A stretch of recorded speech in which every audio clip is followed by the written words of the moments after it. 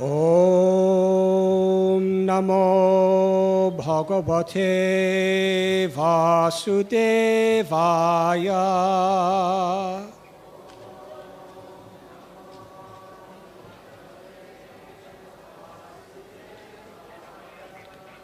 Om Namo Bhagavate Vasudevaya.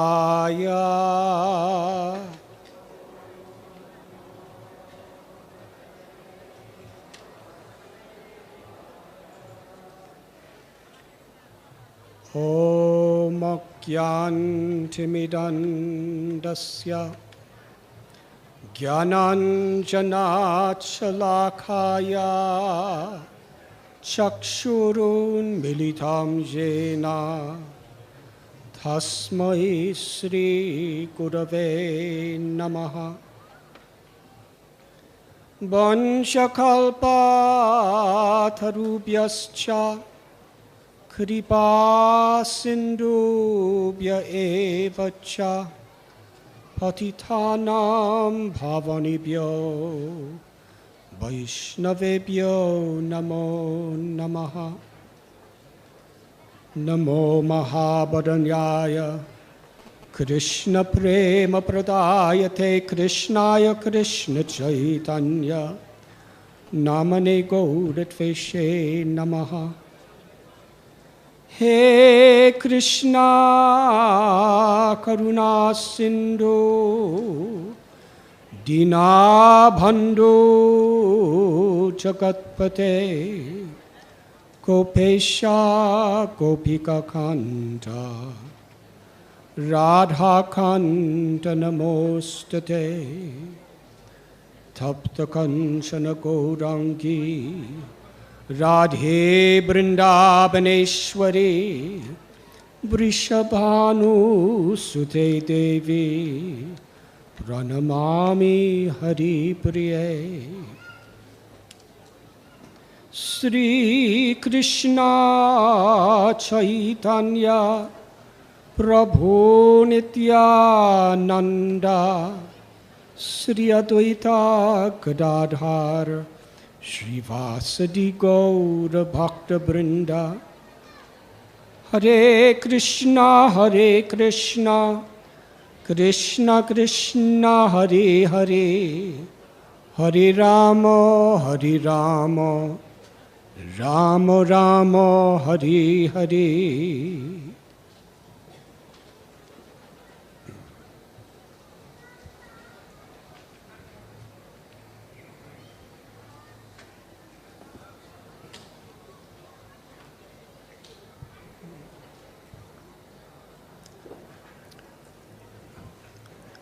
I am very grateful to be with all of you today, Bhaktivedanta Manor, to celebrate Janmashtami, the appearance day of the Supreme Lord as he appeared Krishna. Historically, 5,000 years ago, Krishna in his original transcendental form appeared within this world. My beloved Guru Maharaj, Srila Prabhupada, he would tell us that Krishna is within our heart. And in reciprocation to the sincerity of our devotion, Krishna can appear to us every day throughout eternity. Ishvara sarvabhutanam hriddeshe arjuna tishtati.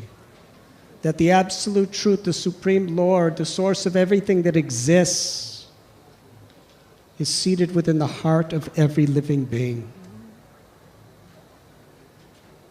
is the witness, and ultimately reciprocates by revealing himself according to our desire.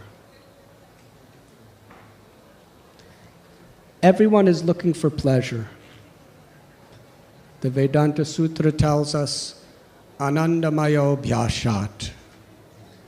This is something that wherever there is life, we all have this in common. We are seeking pleasure and we are trying to avoid anything that interferes with that pleasure, which is called pain. This body and this mind are by nature temporary. The Gita says, dukkhalayam ashashvatam.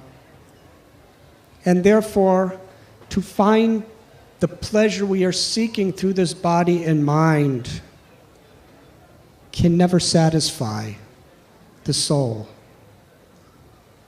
The soul is seeking the eternal love of God that is within us. Forgetful of that love, we're trying to substitute it with the temporary pleasures of this world, which have a beginning and an end, and all sorts of vulnerabilities in between. The Supreme Lord descends into this world simply to remind us of what we have forgotten. What is the real treasure of our heart? What is it that we really want? In the Gita, Krishna tells, Abrahma bhavana loka punar avatanorjana mamupetya tukontya punar janmana vidyate.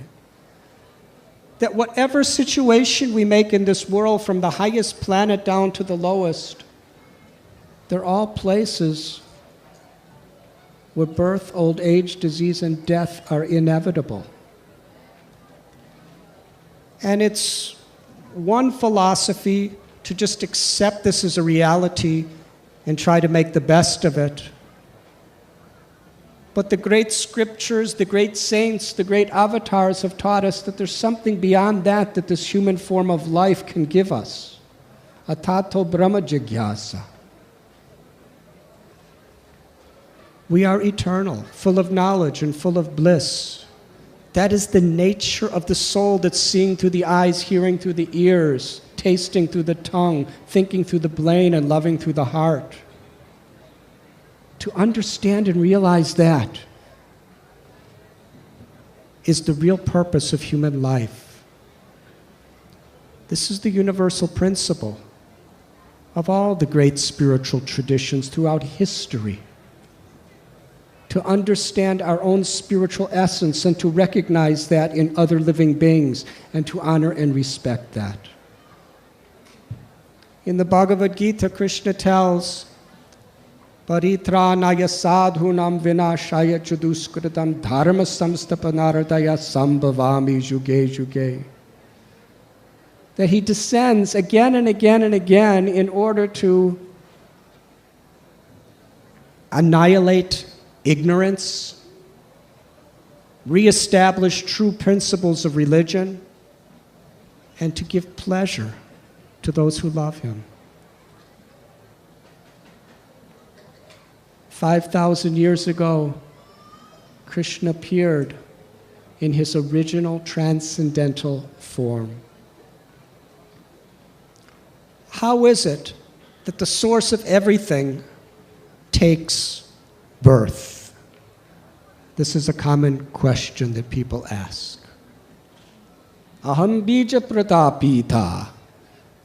If God is the father and mother of all living beings, the sarva karana karanam, the cause of all causes, the source of everything, then how can he take birth? This we understand by the saints in the scriptures. That the Lord, janma karma cha me divyam evam yo veti vatvata. Tyaktva deham punara janma naiti mam eti sorjuna. The Lord's coming into this world is transcendental. Srila Prabhupada gave the analogy of the sun planet. When the sun planet rises in the east, it's not that it is born at that time. It's that it comes into our relative vision. And when the sun planet sets in the west, it's not that the sun is dead. It simply is no longer present to our vision. So the Lord takes birth within this world. The eternal appears to our vision, especially to attract our hearts to the path by which we could know Him and love Him and find that real happiness that we're all seeking. On this day of Janmashtami, there are hundreds and millions of people celebrating the biggest festival of the year in their lives to offer gratitude in a spirit of devotion for Krishna's coming to this world, just to remind us of what we have forgotten. There's a beautiful story which I think is appropriate considering the situation in the world today. Today, in the name of religion, people are so caught up in philosophies and rituals and cultures and languages that the tendency is so much to forget really the purpose behind it all. The real purpose of religion is a transformation of consciousness, a transformation from greed to generosity, from egoism to humility, from vengeance to forgiveness, from agitation to peace, from hate to love. To actually transform our character in the way we live and the way we interact with each other. This all comes about when we actually revive our original transcendental relationship with the absolute truth, or with God. When Krishna appeared within this world, he appeared in such a way to really attract our hearts to his intimacy, his sweetness, and his love more than his power and grandeur. He lived as a simple cowherd boy in Vrindavan, very much acting like an ordinary little boy, just to attract our love. Srila Prabhupada gave an example that when somebody approaches God as father or mother, what is the relationship between father and mother and a child? The child is simply taking, and taking from their parent. And the parents are simply giving to their child. So Krishna allows his devotee to be in the role of his parent, where the love of God is so intense, so great, that the intimacy of Krishna's love for us and our love for Krishna covers the power and the grandeur of God. And we could love God as our own child, as our friend, as our lover, which is unconditional and selfless. Once Krishna was with his friends. They were children. And he told these little cowherd boys that nearby there are some Brahmins, some priests, who are performing a very holy ceremony, a ritual to please the Supreme Lord. At this time in the ceremony, they have abundant amounts of food. And we are all very hungry. So go there and ask them, in the name of Balaram and Krishna and all of us, we are very hungry, please give us some food. So these little children, they ran over to where the ritual was being performed, It was a grand ritual. They had prepared for weeks and months to perform this. They were chanting mantras and tantras and yantras and doing pujas and performing mudras. As they were performing the ritual, the little boys came and said, Krishna, our dear friend, he's hungry. He's requesting that you please give him some food. And also, we're hungry too. The Brahmins were so immersed in performing their ceremony that they considered, why should we waste our time with these children? They totally ignored them. The children were very hurt. It's one thing to be rejected, and it's even worse to be totally ignored, as if you do not even exist. So they went back to Krishna, and they told him what happened. Krishna said, don't be sad. After all, this is the way of begging. Sometimes people give and sometimes people do not give. But go to the Brahmins' wives. They're at home. They're simple people. But they love me. Ask them to give some food. So the boys went. But Krishna told them, don't say that I'm hungry. Because if you say that I'm hungry, it will break their hearts. Just tell them that we all want some food. But the boys did it anyway. They said, Krishna's hungry, and we all want food. Can you give? And immediately, these ladies started putting together all the food that they could, filling baskets and pots. They all left their homes. Meanwhile, the husbands, some of their fathers, they said, you cannot leave now. Your husbands are doing rituals. They need your help. Stay. They left and went to the forest. In intense anticipation, because they had never seen Krishna before. While they would do shopping in the bazaars of Vrindavan and Mathura, they would hear people talking about Krishna, hearing about the beauty of his form, the love that he has for his devotees, his wonderful, wonderful pastimes.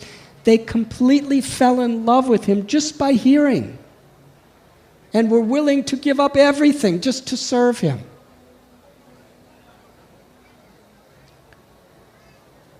In the forest, they saw Krishna, who was standing with his friend. He had a beautiful, beautiful complexion like a newly formed monsoon rain cloud. His eyes were like lotus petals. His nose was like a sesame flower. His lips like freshly cut bimba fruits. He had a beautiful garland of wild forest flowers that extended below his knees. His every limb was the essence of all beauty. In Bhagavad Gita, Krishna tells how in this world we can be so much infatuated by beautiful people or beautiful things. But even the most beautiful things of this world are only an infinitesimal spark of the supreme splendor of God. One time my Guru Maharaj, Srila Prabhupada, was walking down the shore of the Pacific Ocean. There was a beautiful sunset. And some devotee said to him, "Isn't this sunset beautiful?"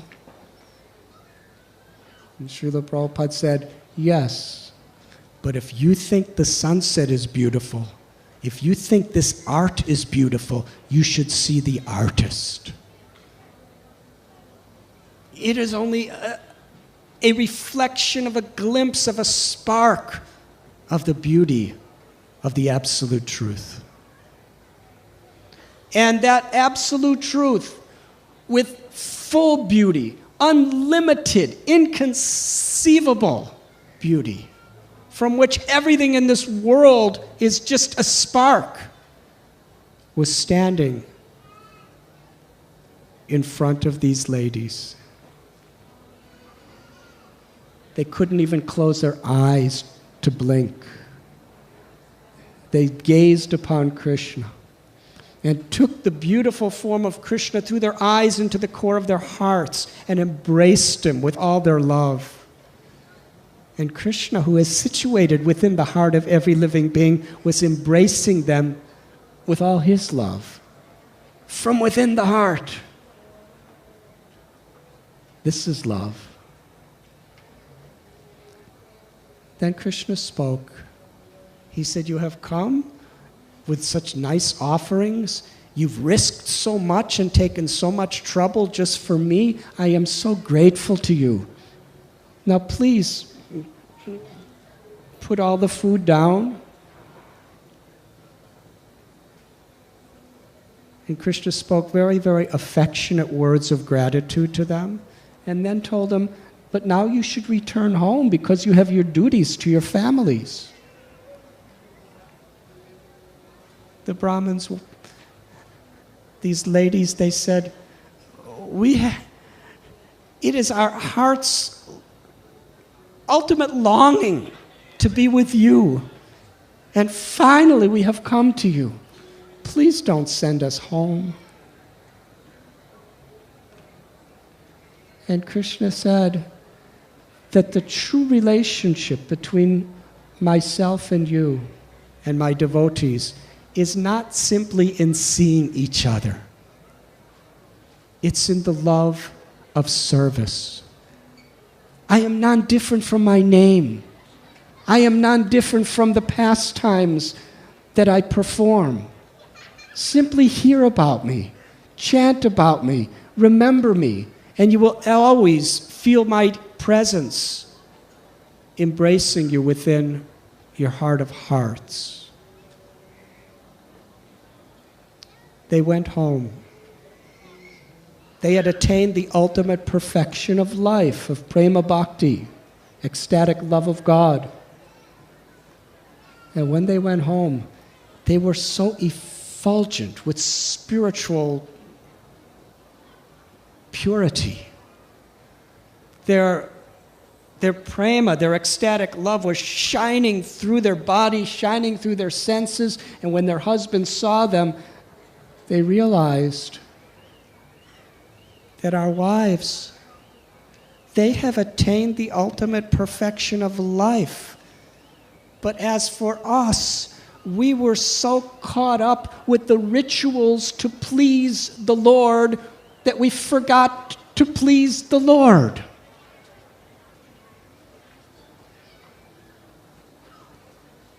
And they began to condemn themselves. The Bhagavatam tells that they said, "To hell with all of our rituals, to hell with all our philosophy, to hell with all of our followers and our students, to hell with our being great Brahmins and heads of society. The whole purpose of all of these things is to please Krishna." And when the opportunity to please him came, we were so caught up in the rituals to please him that we didn't even try to please him.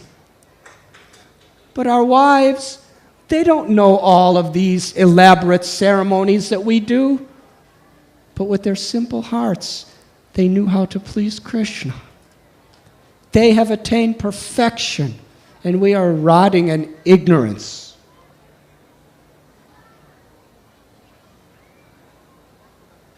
Yes, in the world today, in the name of God, there is so much division and disunity.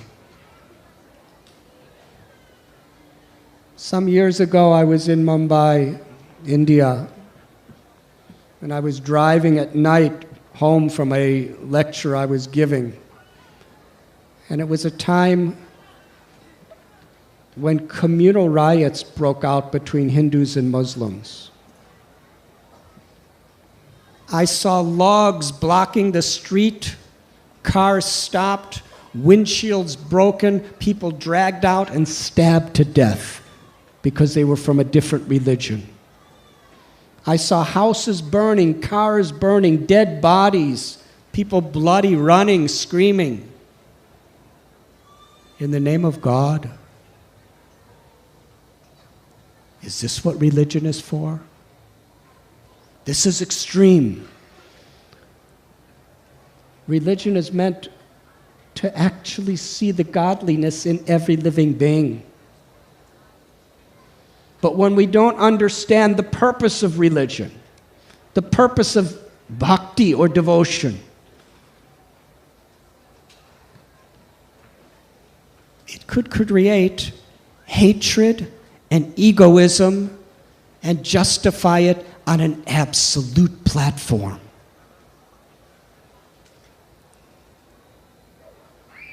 We are chanting God's names. We are performing puja. We are hearing from Srimad Bhagavat, Hari Katha. Other religions may be doing their mass or their prayer, or they may be going to their masjid, or they may be going to their synagogue. We all have our rituals. We all have our particular historical explanations. But is it actually awakening love of God? And the test of love of God is when you water the root of the tree, then the water that you put on the root will go to every part of the tree. If we actually love God, we will be instruments of compassion to every living being. When we understand the essence of our own spiritual system, we will see it in others and appreciate it. Krishna appeared in this world to attract us to the highest level of intimate, ecstatic love with the personality of Godhead.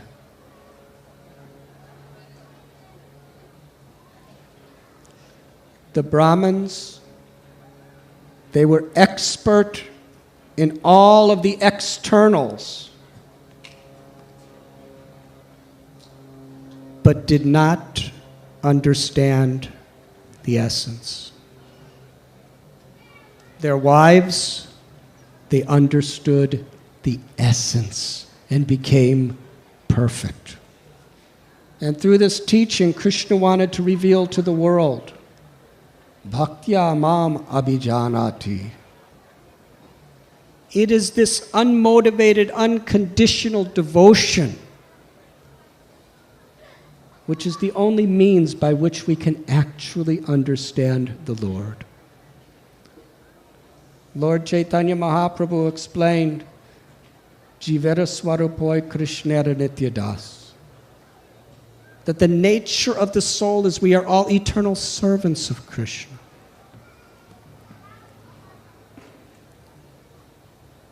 And in that service, the most intimate truth is revealed, that the Almighty God is conquered by the loving service of His devotees. Krishna's little friends would conquer Him by their love. Krishna's mother conquered Him by binding Him with a rope, just to show the world, I am conquered by the pure love of my devotee. It is to reveal these truths that Krishna descended into this world, to help us to rise above all external egoistic selfishness and greed, and understand that the real treasure, the real pleasure we're seeking is unconditional, unselfish, unmotivated love. And simply by chanting the holy names of the Lord, this mind can be purified and this love can be awakened. It is not different than His name. Whenever we chant Krishna's name with sincere feeling and devotion, with this attitude that we are discussing, Krishna appears. In this sense, every time we invoke Krishna's name, it is Janmashtami. Krishna's manifesting, Krishna's appearing within our heart, within our lives. And when devotees come together to chant the holy names, reveal Krishna to the whole world. This is the beauty of kirtan. It is the process of revealing Krishna, invoking Krishna's presence through this divine sound vibration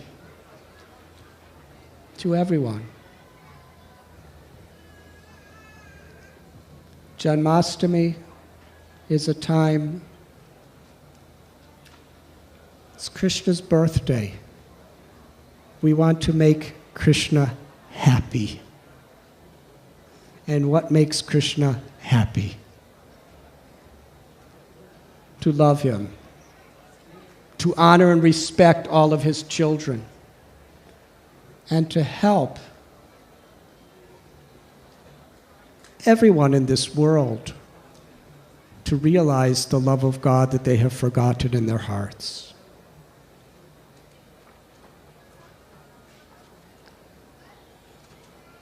In 1973, on this day of Janmashtami, Radha Gokulananda was invited to be here at Bhaktivedanta Manor. The name Gokulananda means one who gives happiness to all the residents of Gokul, which is where we are today.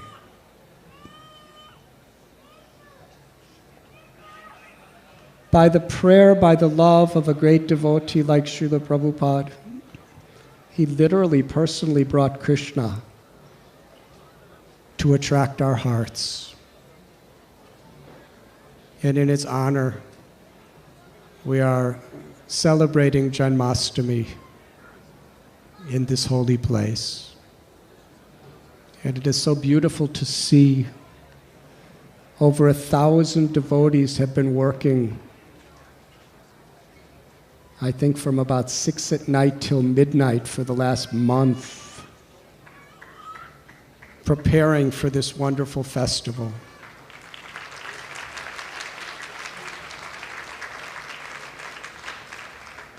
This is the spirit of Janmashtami. No one is getting paid anything. These people, many of them, they work jobs all day, and for a month after work they come, doctors, lawyers, big business people, and they're digging ditches and setting up tents. And today they're helping you park their cars. It's an honor. It's a pleasure to serve. This is the spirit of Janmashtami, to share our love for Krishna with each other through service. Lord Chaitanya, he explained in Chaitanya Charitamrita that when we are actually sincerely chanting the holy names, the result is a spontaneous, natural desire to serve. Trinadapi sunichena taror iba sihishnuna amanina manadena kirtaniya sadahari. With humility, with tolerance, offering all respect to others, not expecting any in return. In this way, we could chant the holy names of the Lord constantly, and this spirit will invoke the understanding that the greatest pleasure of the heart is to serve. Interestingly, all these hundreds and hundreds of devotees, many of you are here now, wait with great anticipation, yearning for Janmashtami to come. To come together by the hundreds every night, giving up our free time, giving up our sleep, to make a wonderful arrangement for the world to come to experience the beauty and the love of Krishna. I thank you very much.